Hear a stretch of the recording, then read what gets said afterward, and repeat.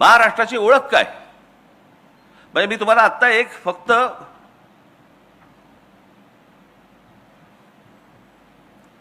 फक्त गोष्ट तुम्हाला मी वाचून दाखवतो. हा साधारणपणे त्याचा मराठीत भावार्थ आहे. हा फक्त भावार्थ आहे, तेवढा भावार्थ म्हणून तुम्ही फक्त बघितलं पाहिजे त्याच्याकडे. हे साधारणपणे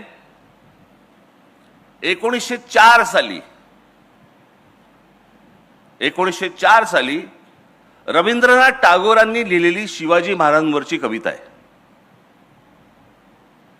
कुठे बंगाल? शिवछत्रपतींचा आदर्श किंवा शिवछत्रपतींबद्दलचा प्रेम, हेवा हा कुठपर्यंत कानाकोपऱ्यापर्यंत पसरला होता.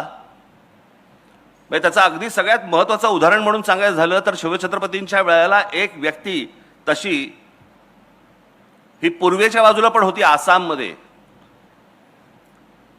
त्या व्यक्तीचा आदर्श हे आमचे शिवछत्रपती होते.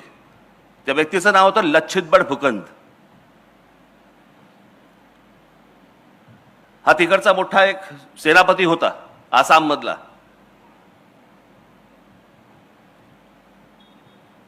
या सर्व लोकांना शिवछत्रपती माहिती आहेत, महाराष्ट्राला नाही कळले. ती टागोरांची फक्त मी तुम्हाला भावार्थ फक्त वाचून दाखवतो, तुमच्या लक्षात येईल. त्याला काही कवितेचं असं स्वरूप नाहीये. हे शिवाजी महाराज, आज आम्ही तुम्हाला केवळ इतिहासातील राजा म्हणून आठवत नाही, तर एका जागृत शक्तीप्रमाणे पुन्हा आमंत्रित करतो. तुम्ही तलवारीने जिंकलेली भूमी नाही, तर आत्मसन्मान जागवलेल्या जनसमुदाय हीच तुमची खरी परंपरा. तुम्ही लोकांना फक्त राज्य दिलं नाही, तर स्वराज्य म्हणजे काय हे शिकवलं. भीतीच्या सावलीतून बाहेर पडून स्वतःच्या अस्तित्वासाठी उभं राहणं हे काय असतं हे शिकवलं.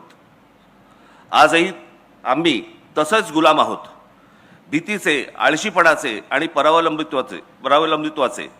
तुम्ही शत्रूंशी लढतात, आम्हाला स्वतःशी लढायला शिकायचं आहे. हे शिवाजी, तुमचा उत्सव फक्त ढोल ताशांमध्ये नको, तो आपल्या विचारात, कृतीत, स्वभावात दिसायला हवा. तुमचं नाव घेणं सोपं आहे, पण तुमच्यासारखं जगणं कठीण आहे. तुम्ही साधेपणात महानता दाखवलीत, धर्मात सहिष्णुता आणि सत्तेत संयम. आज आम्ही सत्तेला स्वार्थ समजतो आणि धर्माला भेदभाव आणि राष्ट्राला केवळ घोषणा. शिवाजी महाराज, तुमचा खरा उत्सव तेव्हाच होईल जेव्हा प्रत्येक माणूस स्वतःच्या मनातलं राज्य जिंकेल. उठा, जागे व्हा. तुमची तलवार आता लोखंडाची नाही, तर विचारांची असावी. तुमचा किल्ला आता डोंगरावर नाही, तर लोकांच्या विश्वासात असावा. हे शिवाजी, आम्हाला पुन्हा शिकवा, स्वराज्य म्हणजे केवळ सत्ता नाही, तर जबाबदारी आहे. हे रवींद्रनाथ टागोरांनी तेव्हा 1904 साली लिहून ठेवलेली गोष्ट आहे, जी आम्हाला अजून समजत नाहीये.